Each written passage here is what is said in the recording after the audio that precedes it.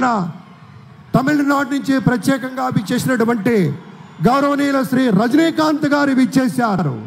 నిరాడంబర యోధుడు, అలాగే మన పెద్దలు మెగాస్టార్ తెలుగువాడు అని చెప్పినటువంటి నాటి పద్యాన్ని తీసుకొని స్ఫూర్తిగా మన తెలుగు జాతి యొక్క ప్రాభవ వైభవాలకి దీటుగా ఇవాళ ఆ రోజున శ్రీ ఎన్టీఆర్ తర్వాత శ్రీ చంద్రబాబు నాయుడు గారు వారి యొక్క నేతృత్వంలో 4వసారి ముఖ్యమంత్రి అవుతున్నటువంటి ఆ పెద్దల యొక్క సారథ్యంలో పనిచేయడానికి ఇంతమంది సైన్యం సిద్ధంగా ఉంది. మనమంతా వారికి సహకరిస్తాం, వారందించేటువంటి ఫలాలని అందుకోబోతున్నాం అనేటువంటి మాటను కూడా మీతో గుర్తు చేస్తూ ఉన్నాం. ఇది మామూలు ప్రమాణ స్వీకారం కాదు అని ప్రపంచవ్యాప్తంగా ప్రతి ఒక్కరూ అనుకుంటున్న క్షణం.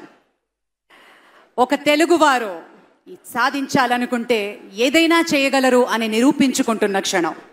అతిరథ మహారథులు, వరల్డ్ కాన్సులేట్ జనరల్స్తో పాటు ప్రముఖ నటులు, భారతదేశం గర్వించదగ్గ నటులు, పద్మ విభూషణులు, సూపర్ స్టార్లు ఈ వేదిక మీద రావడం మనం నిజంగా ఎంత అదృష్టం చేసుకున్నాం అనిపిస్తుంది.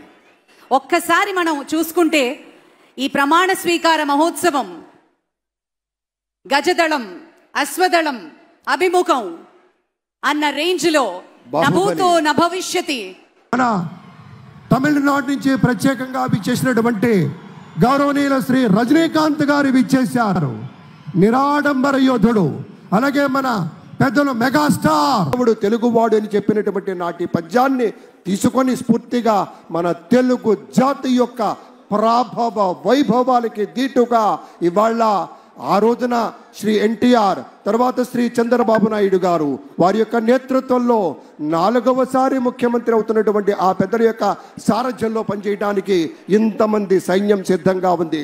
మనమంతా వారికి సహకరిస్తాం, వారందించేటువంటి ఫలాలని అందుకోబోతున్నాం అనేటువంటి మాటను కూడా మీతో గుర్తు చేస్తూ ఉన్నాం. ఇది మామూలు ప్రమాణ స్వీకారం కాదు అని ప్రపంచవ్యాప్తంగా ప్రతి ఒక్కరూ అనుకుంటున్న క్షణం. ఒక తెలుగువారు సాధించాలనుకుంటే ఏదైనా చేయగలరు అని నిరూపించుకుంటున్న క్షణం.